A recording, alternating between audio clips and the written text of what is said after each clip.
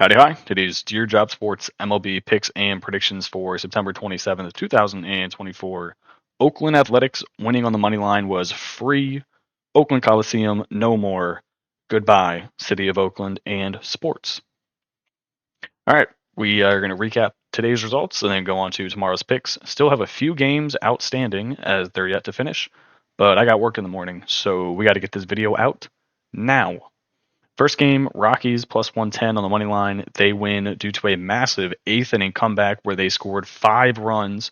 Then the bullpen comes in the top of the ninth, and they're able to get the job done there. So that was a nice one to hit. Next one, Athletics minus 110 on the money line. There ain't no way the Athletics were losing the final game at home in the Coliseum. This was the easiest minus 110 in the history of existence. Goodbye, Oakland. Then the loser, Pirates plus 105. They got shelled. The score might have been 5-2, but they got destroyed. Brewers had 14 hits, somehow only scored 5 runs on that. This was a bad bet. Then we have 2 games still going on. One of them is live to win. The other one kind of dead as fuck. The game that is live to win is Marlins plus 200. They're currently, at the time I made this, they were heading into the 11th inning. Oh, fuck you, Miami. It's now top of the 11th, 5-5, 2 outs, guy on second. I hate them fucking Marlins bullpen. Their bullpen came in. Did their starter give up any runs? Oh, let's see. Did he? Okay, their starter gave up 1 run. And then their bullpen gave up 2, and they had 2 errors. Yeah, fuck you, Miami. Plus 200, but you definitely should have. This game should have been done with. Miami should have already won. They're pissing me off. All right, then we have the over 8.5 in the Dodgers game. This don't stand a chance in hell at hitting. It's 0-0 in the top of the 5th. How are you not scoring against Walker Buehler? This dude sucks. He's horrible. Absolute cheeks at baseball. And then Shohei doesn't have a hit. Teoscar Hernandez, no hit. Muncy, no hit. Will Smith, no hits. It's blech. Very, very blech. All right, let's get on to the picks for tomorrow. First game, I'm rocking with what I know best. It's Guardians on the money line, minus 125. Astros have Renel Blanco on the mound, 12-6 with a 2.88 ERA, going up against Joey Cantillo, who is 2-3 with a 4.63 ERA. The Astros, they don't have anything to play for the rest of the season.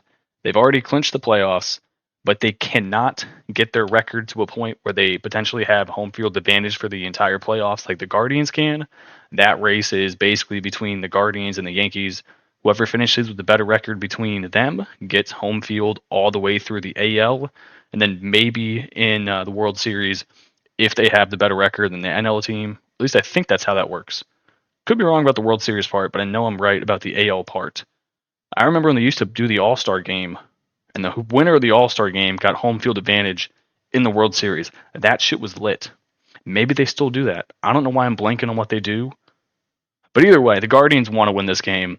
The Astros really don't care. Renel Blanco probably going to be on a pitch restriction. I'd imagine he goes 70 to 80. Joey Cantillo can pitch 100. We don't give a shit. This man's not pitching in the playoffs, so it doesn't matter. Guardians need to win this game. Give me the Guardians minus 125. Unfortunately, I will not be attending, but I will be there in spirit.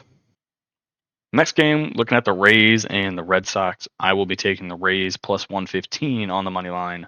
The Rays have Taj Bradley on the mound, who is 7-11 with a 4.30 ERA, going up against Nick Pivetta, who is 6-11 with a 4.21 ERA.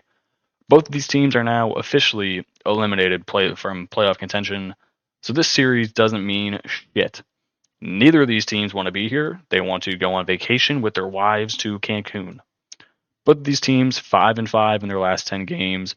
The Rays come off a series against the Tigers where they got swept.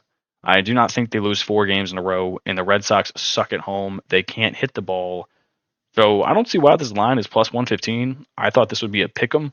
So the fact that I'm getting plus 115 value is good to me. Taj Bradley has not been good recently, but he's shown stretches throughout the season where he was arguably the best pitcher in baseball for like a month and a half span. He went something like 10 or 11 starts in a row without giving up more than 2 runs.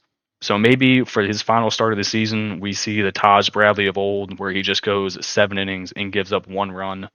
Who knows? I like plus 115 on the money line. This game doesn't matter. I don't think the people will care playing in it, so I will take the plus money team, please. Next game, I'm taking the over 11.5 runs. Now, granted, the Dodgers are currently fucking me in the ass because they have 0 runs, but they're playing Colorado. Easy ballpark, bad pitcher on the mound. We'll take the over. Dodgers currently do not have a pitcher listed. Don't really think it matters. It's in Colorado. It doesn't matter who's on the mound. The ball is going to be hit pretty far. The Rockies have Cal Quantrill on the mound, who is 8-10 with a 4.72 ERA. The Rockies just played a series against the Dodgers, and that was high scoring in LA. There were 10 scored in the first game, 9 runs scored in the second game, and 11 scored in the third game. And now they come to Coors Field, where you just see pop flies go for home runs because this ball just flies a quarter mile out of the stadium. And considering that Cal just faced this Dodgers team, giving up 3 runs in only 4 innings pitched, and the Dodgers don't have a pitcher currently listed, I'm assuming we will see a lot of runs in this game. That's why the line is set at almost 12. So I'll take the over 11.5. Should be some runs here. Next game, a game that actually matters. Mets minus 120 on the money line is what I'll be taking at the Mets at the Brewers. Mets have Sean Manaea on the mound, 12-5 with a 3.29 ERA, going up against Frankie Montas, who is 7-11 with a 4.85 ERA. Mets, they are still playing important baseball as they're still fighting to guarantee their spot in the playoffs. They currently sit 1 game above the Braves in the NL wildcard. Brewers, they're already locked in their spot. This game doesn't matter as much for them as it does the Mets. Montas, coming off a start where he gave up 7 runs in 2 innings, pitched to the Diamondbacks, so he's not looking very fucking good. Sean Manaea has been great all season, one of, if not the most consistent arms for the Mets other than David Peterson. So I like the Mets here at minus 120. We're getting a good price for a team still playing very, very meaningful baseball. And the Mets are good on the road, better on the road than they are at home. So I like them here at this price. Before I talk about this game, the Marlins did not score in the top of the 11th. My plus 200 is going to lose. Goodbye, $50. Fuck you, Miami bullpen. And the fact that you had 2 errors. And the other fact that the dude came in from the bullpen and walked 2 dudes in a row in the bottom of the 10th inning. Fuck you, buddy. Fuck you.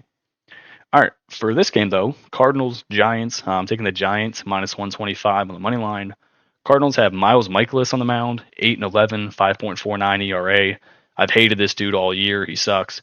Going up against Landon Roop. Roop, there it is. Roop, there it is. That's the first thing that came to mind when I read his name, so whatever.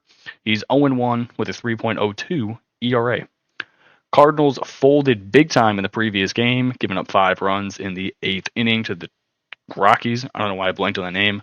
Now they got to travel down to San Francisco. That's got to be ass. They're not going to be interested in this game at all. They're going to be jet lagged. They're going to be adjusting back to normal air. So I'm fading the shit out of the Cardinals. Michaelis has been getting smacked up recently in his starts, giving up 16 runs in his last 22 innings pitched. Not a very good ratio there. I'm not a big numbers guy, but that's pretty fucking horrible. Roop is a rookie from UNC Wilmington. Fucking MLB pitchers come from the weirdest schools. Like, never do you just see, like, Tennessee or Kentucky. It's these random ass schools like UNC Wilmington that they get these guys from. Like, where are you finding these guys? What? Anyway, he's only given up 2 runs in 15 innings pitched. He has not made many starts this season. I'll take the rookie at home against a Cardinals team who's going to be tired because they just came from Colorado and their season's done, so they really don't care. So Giants minus 125, sign me up. All right, that's going to do it for me and this video. Thank you guys for watching, and I'll catch y'all in my next video. Peace.